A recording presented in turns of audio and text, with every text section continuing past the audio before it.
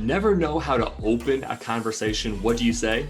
Here's a line that works 99% of the time. Think of that super charismatic friend that you have, or that classmate or family member who always tends to be the spotlight, and everyone just loves that one person. Now, some people write this off as, oh, that's an extrovert. That's an extrovert doing their thing. That's not my spot. But if you think this way, you are leaving opportunities on the table. I'm not the first person to say that it's not just what you know, it's who you know. You have to build those connections. And being an introvert is not a weakness whatsoever. It's just that there's skills in communication that we can add to your tool belt that can make you very effective in communication. So this week, let's go over some hacks specifically that you can use this week to be that charismatic person in any room. First, we think that charismatic people are perfect. They do nothing wrong whatsoever. This is not the case. Take a research study specifically. One research study took actors, put them in the mall, and told them to sell blenders. Now, they were given a script. They had to go off this script to sell these blenders in a mall. One actor followed the script perfectly, made the smoothie perfectly, and then tried to sell blenders.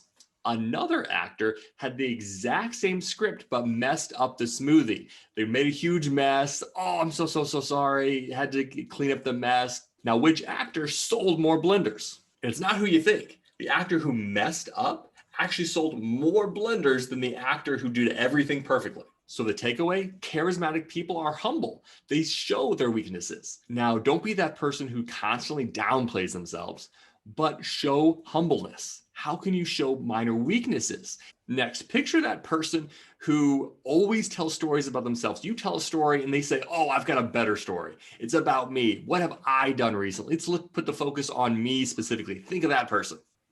Yeah, that person sucks. Instead, charismatic people ask why questions to the person they're talking to, asking them questions about where they have been, stories that they have done.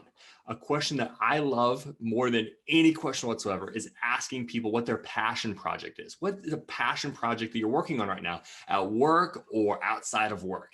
That gets people motivated and energetic to tell you stories that are passionate about themselves. People go away thinking, wow, I enjoyed having a conversation with that person. Even though you didn't learn anything whatsoever, you had the opportunity to talk about something you love, which in effect, that love comes over to the charismatic person who's asking you to talk about these passion projects and things that you are so passionate about. Next, have you ever noticed that charismatic people do not gossip? Oh my God, did you hear about Steve? Just stop. Charismatic people don't gossip, even though it's kind of fun in the moment. You go back and forth with a friend or a colleague gossiping about someone else.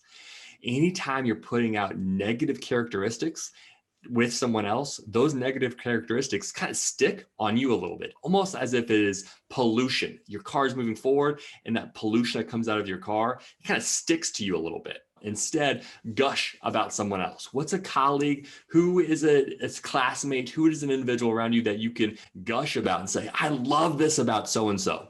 Again, that pollution, those characteristics will stick to you as a result. Those super charismatic people also know how to use nonverbal communication. Here's 2 quick nonverbal hacks. One is the eyebrow flash. Anytime you hold your eyebrows up slightly like this increases the micro-expression result of surprise and excitement, right? People like to be around someone who's constantly excited about what they're talking about. So hold your eyebrows up like this, an eyebrow flash. And the second is hands. Show the palms of your hands as much as you can. If you're in a meeting with other individuals at a table, make sure that you don't have your hands under the table like this the entire time. Get them on the table. Rest them on the table when you're talking to someone. Show them the palms of your hands. And finally, never know how to open a conversation. What do you say?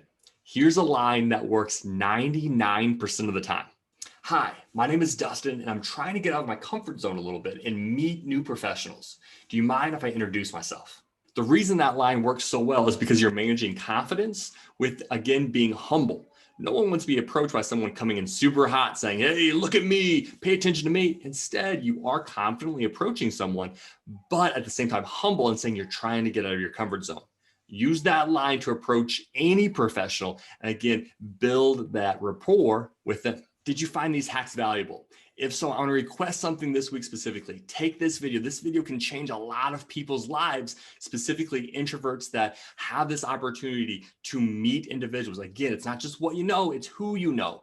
This opportunities, these hacks can open doors for people professionally. So I want you to take the link to this video and just DM it to one person.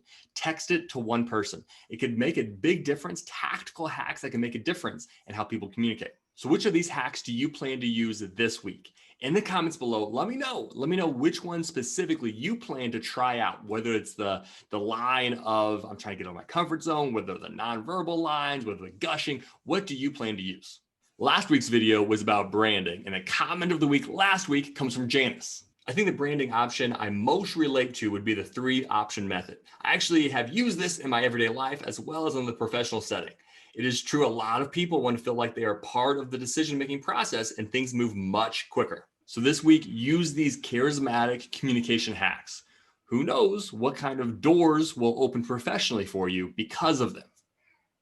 We'll see you next week.